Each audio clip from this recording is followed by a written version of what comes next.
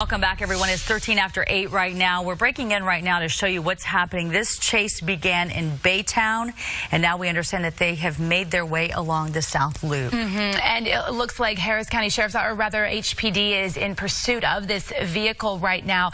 He appears to be traveling at a very high rate of speed. It's important to note that we are still in the middle of rush hour right now, and so you've got a lot of traffic there out on the roadways. We don't know what prompted police to start chasing this individual, but clearly he did not want to be stopped, and so this chase now has been going on for about the last 15 minutes or so is when we first learned of it. And that traffic is really slowing down in the far right lane. Did you see that? I almost felt for a moment I had to catch my breath because I was afraid he was going to tail end that car.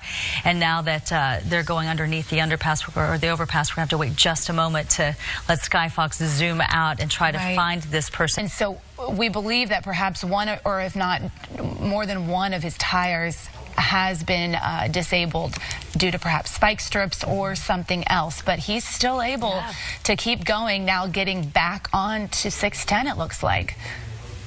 And as we watch, he's moving over lanes now. I was really hoping just that he would stay over there and sort of stay out of the way of all the traffic, but just getting right in the center of it all now. Yeah, he just passed the Stella Link exit, it looks like. So he's right here in Southwest Houston right now, headed back on to 610. It looks like he's picking up speed a little bit, but if you are just joining us earlier in this chase, he was going at a much faster rate of speed, and it looks like he perhaps has slowed down a bit, although he's still passing these cars, and given the fact that he may have a tire blown, he's going pretty fast. Yeah, just moving right along. The wheels, the hubcaps, it seems like they're going along oddly, and now they're going fast. I don't know. It's almost like maybe they're fancy hubcaps, and that's throwing us off, the ones that spin. Oh, look, now the police officer is getting up very close to the vehicle, trying to see perhaps who's inside. There you go. He just clipped him at the end to try to get him to wreck out and not bring doing any good so far. No. I'm thinking that officers may have been able to get an advance and stop the traffic, because look at this, they're not running into anybody. Okay, it looks like it may it's stop got him now. to stop. Wow. So that was this pit maneuver that we've heard Chief Acevedo talk about, that he wants his officers to start using. As you see now, police officers pulling over and getting out of the car. They're going to approach this vehicle very carefully. And this is where they're going to be telling him, put your hands up, get on the ground. They're going to be carefully watching every move that's made. And this is a situation that can be very dangerous, because if there are sudden moves, then we never know what is going to happen. But I did see another vehicle just drive past and keep going by, except to step out. And you see a lot of movement there in the driver's seat. You can see he appears to be looking for something, or he's trying to put something away. It's unclear what he's doing in the driver's seat right now, but you can see him moving around quite a bit. This concerns me, because I don't know if you saw it, but on the bottom right hand of your screen, the cars are going very slowly. And I just saw quite a few cars. Look, everyone's taking cell phone video. That is way too close for comfort. Now he's moving again. He took off and is moving again. Wow. And if I was on that other side, I would want to get out of there. I would not want to be anywhere close to this, because you don't know what is going to happen next. Gunfire could break out. It's just not a situation where you want to stop. Yeah, that's a good point. So he moved up just a bit, and you wonder perhaps he moved up because police were telling him to move up. I don't know if that's true, but he stopped again, so that does make you wonder if he wasn't taking action of what they were saying.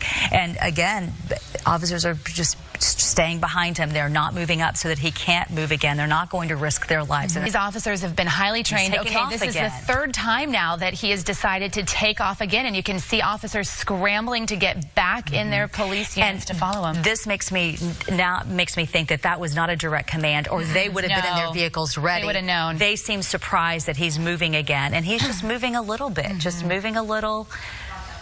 This is a very, very bizarre chase of all the ones we've ever covered. I don't remember seeing anything like this before. Where they keep going after they had been pulled over. We've been wondering if the tires, if he's been driving on rims, because it looked like at some point he may have run over some spike strips and did cause some damage to the tires. And it still appears like he does have damage to those back tires.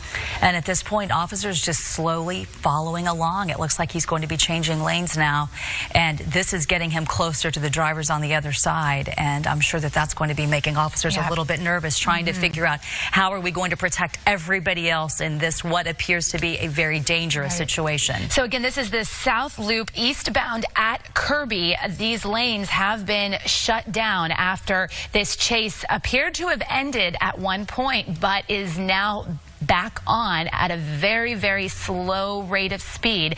You can see a number of police units still following this driver very carefully, hoping that he'll decide to pull over again.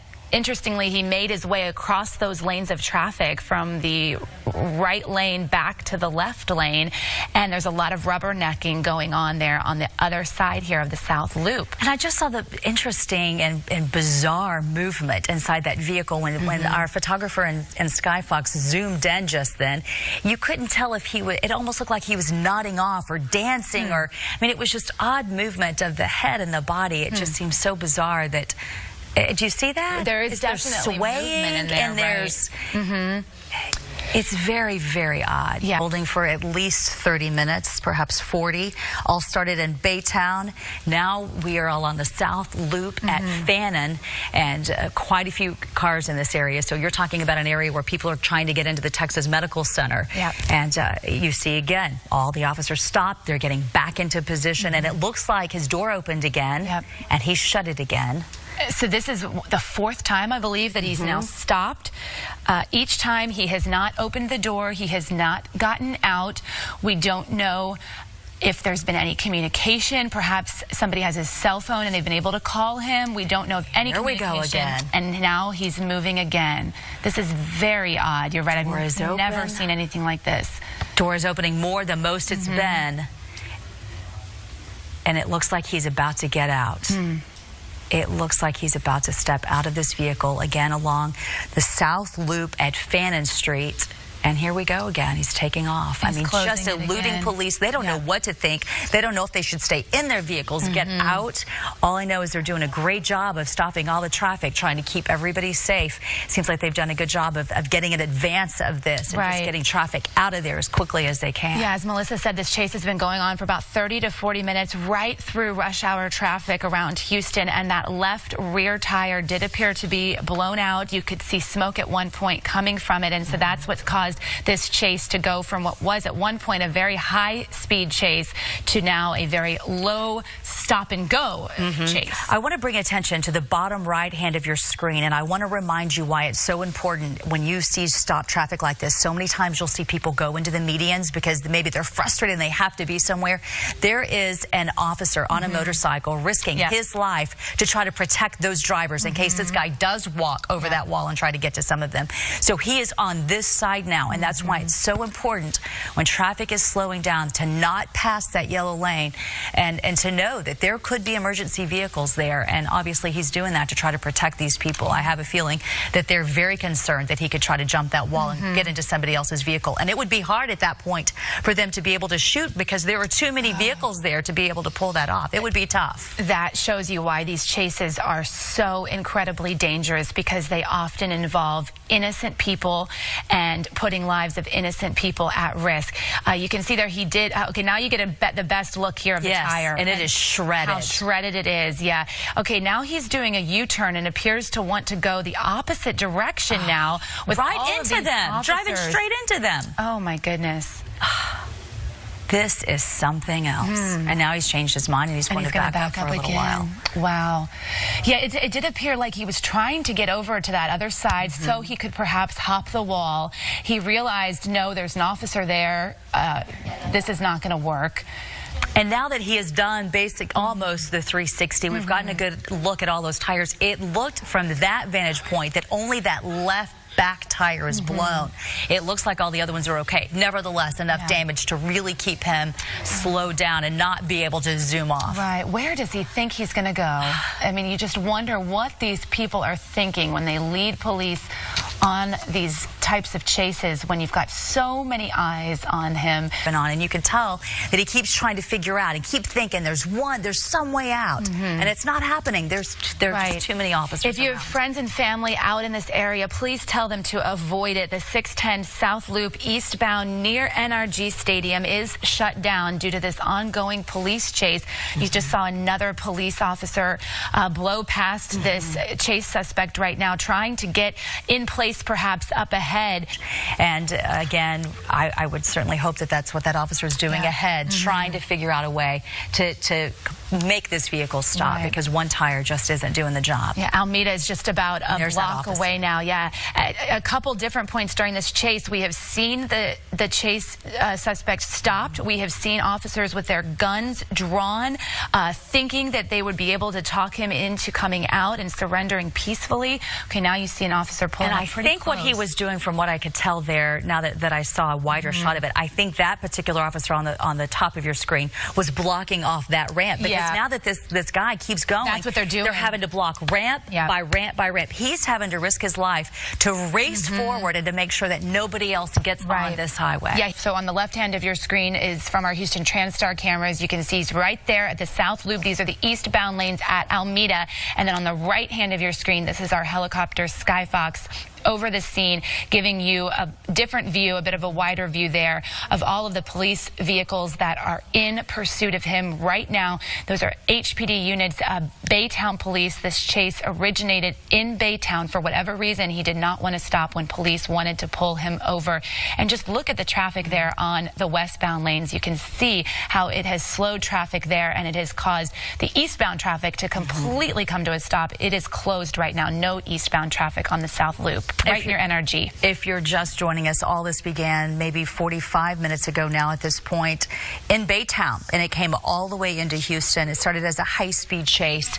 Now this disabled vehicle just keeps going down the South Loop. For the public, because you see, it's just so important to remember that this is unfolding during rush hour still, when you've got quite a bit of traffic there on the westbound lanes.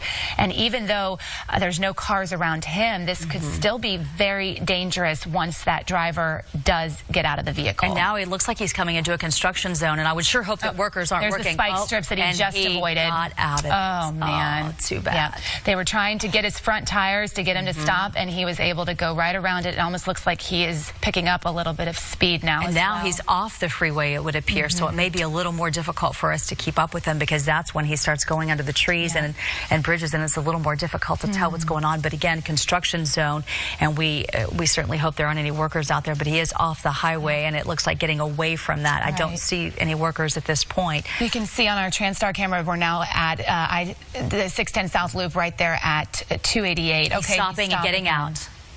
Okay, the driver's side is open, and he is getting out. This is the first time we've seen him get out of the vehicle. I see a foot on the ground, and we have not seen that at this point. It doesn't look like he's doing what they would be telling him to, which I would assume hands up and on the ground. It looks like he's almost getting something out of the back seat, doesn't it? I just see movement with feet on the ground. There's definitely a lot of movement on the ground. He needs to have his hands up. He needs to be following their commands to a T in order for this to end the way officers want it to end. Getting back in. He just closed the door again, and we expect to see him take off again, like we've been watching him do the past. And there you go. Yeah, for the past 30 minutes or so, he's just been in and, or rather, stopping and going for the past 20 minutes or so here. But that was the first time where we've seen him open his car door as he was stopped and actually put a foot on the ground. Versus a little bit wider shot where you can figure out exactly where he is. If you have to head to this area, please find an alternate route for a little while. It doesn't look like this is going to end anytime soon. It looks like he's almost pulling over again. It looks like he had pulled over and came to a stop once again. Opening the door again. This is probably the 6th time perhaps by now. Yeah, at least 6th or 7th. And you don't see in this shot, but when a Skyfox pulls out, or rather you can see see it on the TransStar cameras. Those police units are keeping a safe distance, but they are right there and watching his every move very closely. All right, the vehicle is moving once again now. So each time officers jump out of their vehicles, weapons drawn, and then you see them run back to their units once he starts driving again to keep following this guy as they have tried multiple things now. Okay, you just see a police unit there race by on the dirt road there trying to get ahead. Here comes another one. Do those look like Baytown police units, I believe? It looks like, it didn't look like HPD, I believe they are. So you've got multiple law enforcement agencies out here trying to make this come to an end as quickly as they can. And it's been going on perhaps over an hour at this point. We have had a lot of police chases in Houston, and I'm sure many of you at home have watched a lot of them unfold, but this is definitely one of the stranger, more bizarre chases, given the amount of stops that this driver has made, the amount of time that he has spent driving at such a slow rate of speed. Take a look at the left-hand side of your screen through TransStar. This is the most officers I have seen in front of him, and now he's pulling off to the side to go toward them. Now, this is a first. It's going to be very difficult to get out of this now because it looks like now the officer on the left is pull. Well, no, there he goes again. He just went right around him. He's pulling up right beside him now. And it looks like there's an officer's pulling up the strips right there, you see, so maybe more tires are blown now. Yeah. And at home, you're probably frustrated and wondering, why didn't they just jump out and grab him, or why didn't they just ram him right there? Well, they have very special training and special tactics, and they know what they're doing. And because they believe that this man is armed, they are taking every precaution necessary to try to get this to end peacefully and not put other lives in danger. Sure, and it's one of those things where in the movies, you know how it is, they just take out the driver. It doesn't work like that in real life. So they are giving regard to his life as well, even though I have to say, seeing some of the driving earlier, it wasn't reciprocated to other drivers. But I think why he was pulling over into those officers just a moment ago was he was trying to avoid the strip. He saw it. Yeah. He tried to go around it, and it's hard to tell from this point of view if he was able to avoid those. And you have to think about how many lives this is affecting because of so much traffic being slowed down and stopped, because you've got the Texas Medical Center very close to here. 288 is a huge feeder. You've got the Houston Zoo over there on a beautiful day. You've got Herman Park. I mean, there are a lot of things happening in that part of town, now heading toward downtown. And all of these people around him are at a standstill right now. They don't even probably know why or what's going on. And he's not going to be able to get off because we've seen officers going up in front of him, blocking off all of the exit ramps, trying to secure this area where he is. And because he's got a flat tire and his car is nearly disabled, they're going to always be able to get up in front of him and make sure that he's not able to exit. It almost seems impossible, but I know that nothing is impossible for what we've seen today. These officers are doing a great job of it, but they've got a really big job coming up if this doesn't stop within just the next couple of minutes, because you have got everything coming in. You've got, as you mentioned, you've got 45 and 59, which would be better for people to take right now, but they are all going to merge. And it looks like he's pulling off again, and they're our vehicles right there parked next to him that looks like probably with the city. But this is the first time we've seen a police officer get in front of him and actually ram the back of his vehicle. Officers are getting out, getting in position, getting their weapons. They've blocked him in now. This is the first time that we've actually seen him blocked in, where he will not be able to drive off again. This is over. They are not going to be able to get, he is not going to be able to drive out of it this time. You see a K-9 unit there. You see officers in every direction now. And again, I'm sure barking the orders, telling him to step out immediately. And it looks like at least this officer on the bottom of your screen has that concrete barrier to protect himself, because he can be on this side of it all and try to protect his fellow officers if there were to be some type of shootout. These are some very brave men and women you're looking at right now. That officer who got in front of that vehicle did so quickly. You saw him run back to his own car for cover. cover. They typically take cover behind the doors of their vehicles, and you can see the SWAT officers wearing the shorts down there in the dirt, taking cover behind that concrete pillar there. They are no doubt barking orders right now as you see another officer running for backup there, trying to get this guy to come out of his car. And what he might be thinking, what he's doing, you can see movement once again in the driver's seat. We just don't know. And you saw the canine officer in the back there behind the black vehicle, just one behind him, and just so anxious to go to work. I mean, it almost seemed like for a moment they were having to hold him back. Everyone and everything is ready for this situation. The driver at this point does not seem to be moving at all. I've not seen that door even crack open like we saw him doing so many times before, and obviously not following any orders that he might be getting at this point. And I'm sure he is getting plenty to step out and to get on, put feet and then body on the ground. Right. He needs to step out, hands up, do exactly what officers are telling him to do. Again, if you're just joining us, these are the northbound lanes of 288 near Holcomb, where for the first time in more than an hour, we believe that this chase has finally come to an end, but we are waiting for the driver to surrender. He has stopped on and off throughout this hour-long chase, but he has not come out of his vehicle yet. He is given every indication that he is not willing to give up easily. And so now it is again a waiting game, but this time for officers, they're outside their vehicles waiting for him to come out. And they were ready. If you take a look at the left side of your screen, you see the SWAT vehicle pulling up, and we saw the officers jump out of that a moment ago. That's the first time we've seen that. You know, it's been ready and waiting for this moment, and they were there, and they have finally got this situation at a standstill. Now is anybody's guess what is going to happen at this point. An officer we saw risk his life by pulling up in front of that vehicle, not knowing what was going to happen. But that particular officer in front of this driver's car was the one who was able to say, this car is not going anywhere else. You are at a standstill, and we are going to try to finally take full control of this situation. Yeah, because this has gone on for so long, you've been able to get a lot of resources in place. So you see the Houston police big SWAT vehicle there. That's something that we don't typically see on chase scenes, but because this has gone on for so long, you've been able to get a number of different resources in place, and hoping that they can get this guy in custody very, very soon. Again, if you're just joining us here at 9:18 this morning, this originated in Baytown.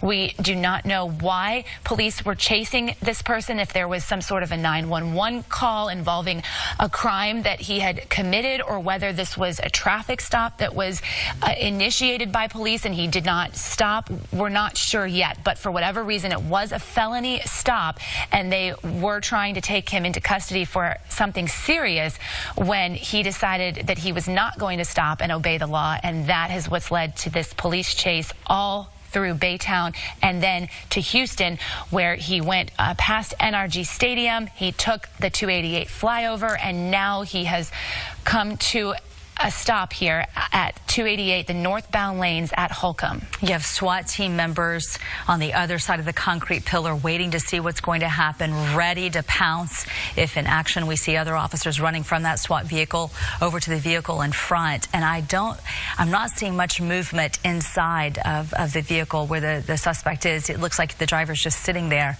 not making any looks like moves to roll down the window. It doesn't look like he's having any conversation with them. Now, when we first started watching this, when it all started unfolding, it seemed like all the officers had guns drawn, and at this point they don't. So hard to understand what's going on there, but I'm seeing them stand down almost at this point. And you've seen them too take different positions. There was just a kind of a frantic rush of officers moving. Okay, look, he's moving. What is going on? No, this cannot be. No, this cannot be. Come on! And now he's taking off at a very high speed. What happened? They had him pinned in there right against the wall on 288. And there was no way to. There's no way we can even. No, and he just went right past another SWAT vehicle there. There is no way to even understand why that officer would have wanted to move that vehicle unless he was trying to get the SWAT vehicle closer to it. But this guy was just waiting to make his move. Wow. he pounced quickly on that, and officers just weren't able to respond quick enough to trap him again. All right, now he's getting over into the left-hand lanes again. This is the fastest we've seen him travel now since that rear tire was blown out. He's just about on his rims. It looks like officers are being a little more aggressive this time. They're definitely being more aggressive. It looks like trying to attempt another pit maneuver here to get him to stop. And now again, we are getting closer to downtown and closer to what is going to be more of a traffic nightmare. So officers are really having to probably move ahead, get in advance, and try to get that traffic at a standstill. This is right at 288 and McGregor now. So you're right near the zoo, near the museums. All right, he's taking an exit, and Houston police just rammed him again. All right, now he's still trying to go. That was another one of those pit maneuvers, the second one at least that officers have used in this chase. That's the bomb squad getting out of that white truck right now. You can see officers once again, this is at least the 5th or 6th time they've gotten out of their vehicle and have taken cover, weapons drawn, trying to get this driver out. And he's getting out. The door is opening now for the first time since and it closed again. It closed again. It looks like he might... Oh, I thought that was his head out the window, but I don't believe so. If you take a look at this situation now with officers in front of him and the way that he's pinned, and this will hopefully be the last time that he is able to maneuver that vehicle out, because this time guns are drawn and they are not standing down this time. They are ready for him to get out and for this to be over. We do not know what started this in the first place. All we are told is that it was considered to be a felony stop. We would assume that would be considered to be a serious crime, perhaps, that was performed before all of this started, about an hour and a half ago. Officers have done everything they can to put this to an end. He has eluded them over and over again with trick moves, and it's just been one surprise after another with this guy. This is the McGregor exit right now, the northbound lanes of 288. He tried to take that McGregor exit. We saw this end for... what would you say now, Melissa, the 10th time with another pit maneuver by Houston police. And it looks like now he's pinned right between a police car and a bomb squad unit. It doesn't appear that he can go anywhere now. But again, we said that the last time, and he proved us wrong. He's continued to outsmart in terms of trying to get away. Okay, now the driver's side, and it closed again. And we've seen that over and over throughout this chase. They're getting closer to him right now. And the dog is... And it looks like they're approaching the vehicle. They're opening the door. And they're taking him out. He is on the ground. This is... And it looks like they're handcuffing him right now. There's a number of SWAT officers and the bomb squad right there to take him down. And it looks like they're pulling the canine officer away because he is barking, and he is just ready to help them out and just ready to take his job very seriously, and is taking his job seriously. And now it looks like they have him in handcuffs, and they are pulling him away, and they have to be asking so many questions now. We have so many questions to ask about what happened and who this guy is and what he was doing. We saw him earlier. It looked like trying to get something out from under his seat, and we don't know if he was dancing or moving around oddly in his car. I mean, there was just been some weird stuff happening. There is such a sense of relief on this scene right now. These brave men and women here in law enforcement from a number of different agencies have spent the past hour and a half just carefully trying to get this to come to a peaceful end. And this is the exact type of resolution that they want to see in these cases, when no one from the public gets hurt, when they've got this guy in custody so they can bring the charges against him. And they've just got to be feeling so thankful right now that this is finally over. And you take a look at all the officers walking up and seeing how many people it took to make this happen. Herman Park, there are many hospitals nearby. If that's what they have to do, it's difficult to get a look at him, but it looks like they are rolling him away now on a stretcher, and so we assume that that's where they will be taking him. But there will be a lot of and it's difficult to see if there are any type of injuries, but there will be a heavy police presence if he goes to a hospital, that is for sure. Yeah, they've taken his shoes off, his shirt off at this point, and now we have a lot of questions still to ask. Why were they chasing this man? Why was he running from police? So many of you have been tuned in for the last hour and a half right now, just trying to see how this police chase will end. It at one point was a very high-speed chase and then went to a very low-speed chase after his tire blew out after several pit maneuvers by police, as we look now at him being loaded into an ambulance on the way to the hospital. And it's very, very difficult to tell, but you certainly don't see what would appear to be any gunshot wounds. You would think that that might be obvious in a situation like this, so there's no way to tell what is going on with any type of medical situation. But we will do everything we can to find out where this, why this all started in the first place. I'm sure we'll be hearing from Chief Art Acevedo in a little while. He's very good about keeping us up to date with social media, and so we'll be checking in with him and just finding out exactly what all started this. But we are glad to say that this has finally ended after at least an hour and a half of just making the police line up and chase him highway after highway. And it was such a wild end. It was almost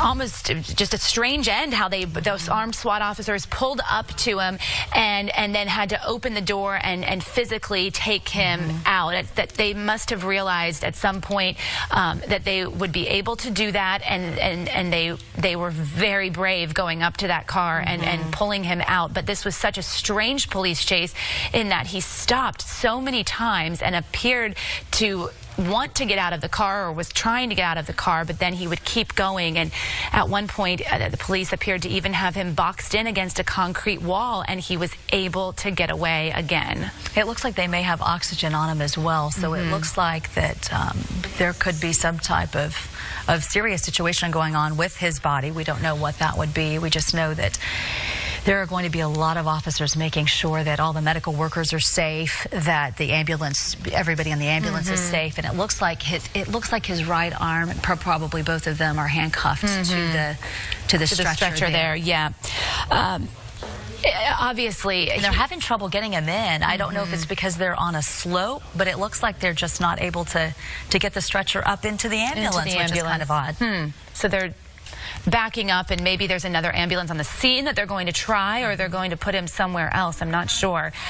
But we were commenting earlier how we haven't seen this many resources on a chase in a long time, and that may have been given the length of it. They were able to get so many resources to it, but obviously you were dealing with an individual who they believed was armed and dangerous, who had committed some type of serious felony crime, and so they just didn't know what he was capable of, and so that's why you saw these large HPD SWAT tactical units, as well as SWAT officers, even the bomb squad, as they seem to be trying to put him into a different ambulance now. It doesn't look to me that he's even conscious. It's very difficult to tell, but I don't see, he's not moving, he's not looking around, he's not fighting them.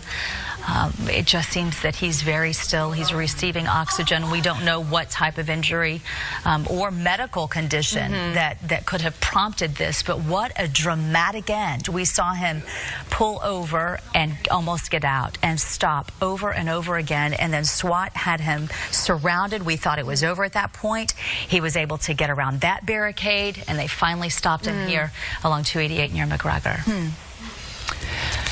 So we expect traffic to get back to normal soon, hopefully, in this area, because it is quickly, it has certainly caused a traffic nightmare for a lot of people who, along 288, along the South Loop, we've seen major freeways shut down during rush hour.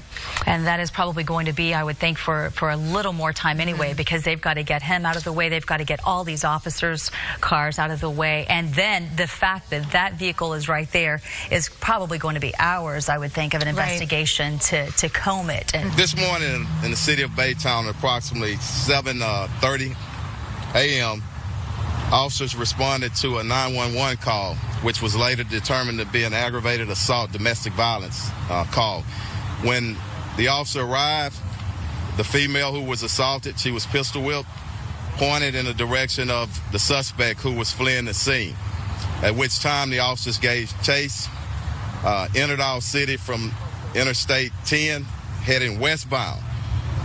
And again, that was at 7:30 7 a.m.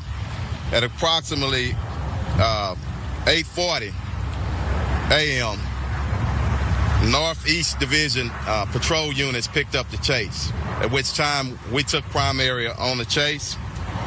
The chase lasted throughout our city until 9:25, at which time we were able to stop the vehicle at McGregor at 288. I'm going to let our sergeant here in a second, who had to pin the vehicle, describe what happened. But I'm extremely proud of our officers and their response, our air support, the DPS, Baytown Police Department. Everybody worked as a team. Sometimes a chase like this where a suspect is slow rolling, stops the car, keep going and whatnot. But one thing I want our citizens to know, time is on our side. We have time. We wanted to just wait it out, do what we can, because at the end of the day, we want everybody to go home safely. We originally had reports that the suspect had a weapon and had self-inflicted gun wound. Once he was pulled out of the vehicle, we didn't observe any injury. HFD treated him and transported him to the hospital. At this moment, it's because the case started in Baytown, they're taking over the investigation. But again, I'm proud that nobody is hurt. We ended it.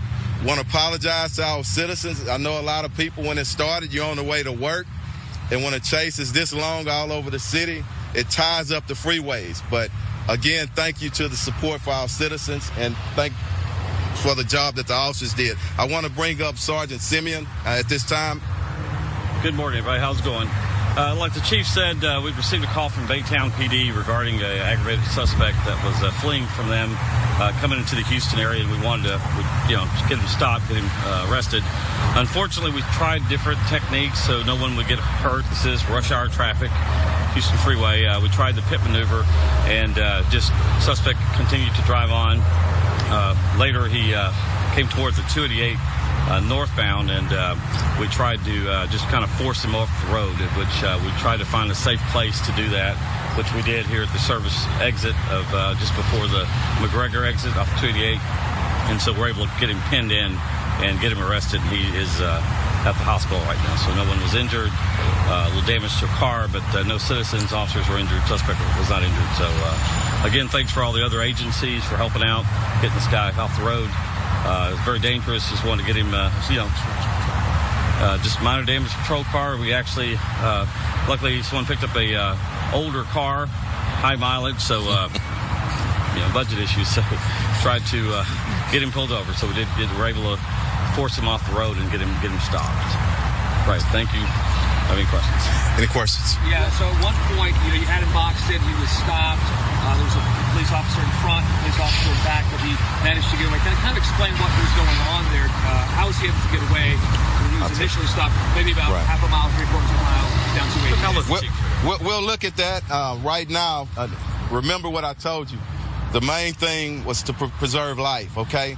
We had time on our hand. The freeway was shut down so we can do different maneuvers, but we will look at that. But at the end of the day, we're just glad that, you know what, we didn't have to engage in gunfire or anything like that. And like I told you, sometimes it's not pretty. You know, you don't have a blue book or something where everything works out as like it's printed. This is real life police work, and the suspect dictate, sometimes our actions, and we do the best that we can do. But we always, after a chase or after a critical incident, we always look at it as an agency and see, hey, where we can improve in our training and our operations. But again, I'm just very happy that no one got seriously hurt. Well, we covered it live this morning, an unusual chase that brought traffic in southern Harris County to an absolute standstill. The driver would not stop, even as police tried to force a stop. And just when we thought that this driver was about to give up, he was off again. You see how slow it got at moments? It was very bizarre. Yeah, pretty strange chase. This was all during rush hour, starting around 8 o'clock this morning in Baytown and ending a full 90 minutes later near the medical center. Now, we have team coverage tonight on what happened, starting with Fox 26's Ivory Hecker. So, Ivory, what have you learned tonight about the driver? Well, his name is Eric Brown. He is 42 years old, and he's expected to be booked here in Houston at any time now. Police say he was taken back to Baytown for processing after the arrest, and that is where this chase originated and where the driver is from. Police say this started as a fight between two newlyweds. They say that Eric Brown took out a pistol and used it to threaten his wife early this morning. At some point during that altercation, it became physical. She tried to wrestle the gun away from him. That's how she wound up getting her hands injured a little bit. Police say Brown followed his wife into the yard where he apparently fired a shot into the ground. When police showed up, he was getting into his car and the chase began. Brown was seen driving his SUV at high speeds, then very low speeds into Houston, running red lights, going the wrong direction down streets, and endangering countless morning commuters. Officers were warned he likely had a gun with him in the car. During the pursuit, he was actually calling his wife back at the residence, trying to talk to her. Our hostage negotiation team was on the phone with him, trying to convince him to pull over. Spike strips failed to stop him as he crawled forward, then stopped, allowing officers to get out, guns drawn. But then he'd start back up driving again despite a blown out tire. Finally, a pit maneuver was used and Eric Brown was taken out onto a stretcher and arrested. He made threats to hurt himself, made threats to hurt other people. Some of his behavior was relatively irrational. Back in Baytown, Brown's wife was treated for minor hand injuries at her house. Her family members arrived to show support after a traumatic morning. What do you think about him knowing this happened? At this time, I really have no thought. My concern is with my sister. Police say the couple married and moved in together earlier this month. The next-door neighbor says her husband only had one brief encounter with the suspect. He seen the man sitting on our curb. So he said good morning or something to the man at that nature. And the man didn't speak. He just walked off. So when he came in the house, he said, that was kind of strange. He's not too friendly of a neighbor. Now, as for the gun used in the crime, police say they have not found it. It wasn't in Brown's car or in his house. They're now checking dash cam video to see if he may have thrown it out the window during the police chase. Police say that Brown is now charged with aggravated assault with a deadly weapon and felony evading. Live in Houston, Ivory Hecker, Fox 26 News.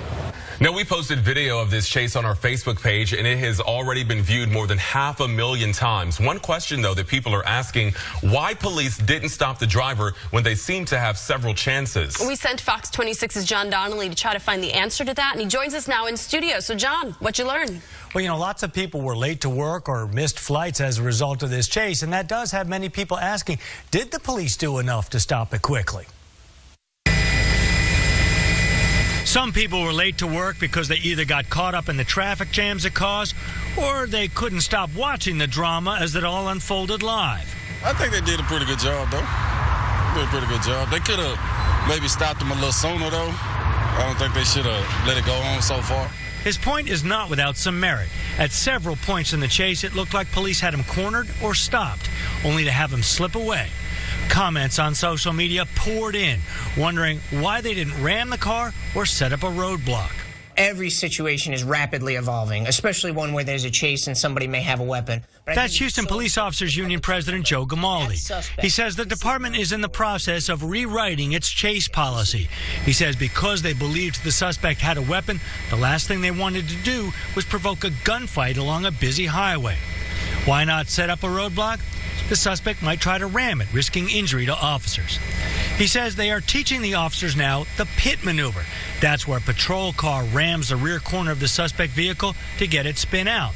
They tried it twice during the chase. The first time it failed. The second time it worked according to plan. There are certain tactics we use that we don't want the public knowing exactly what we're doing, especially when it comes to chases, because those can be some of the most dangerous things that we're involved in. Social media can be a savage and hypercritical place. However, many of the comments on the Fox Facebook page posted during the live feed praise the police for their restraint, and several drivers told us they'd rather the bad guy get away than anyone else get hurt. I felt like they were trying to protect the people that were oncoming traffic on the other side. It wasn't that far away, and I felt like they did as much as they could. We are still waiting to hear when that new chase policy will be completed and go into effect. But Grimaldi says regardless, during any chase, one person can end it at any time. And that's the person being chased. John Donnelly, Fox 26 News.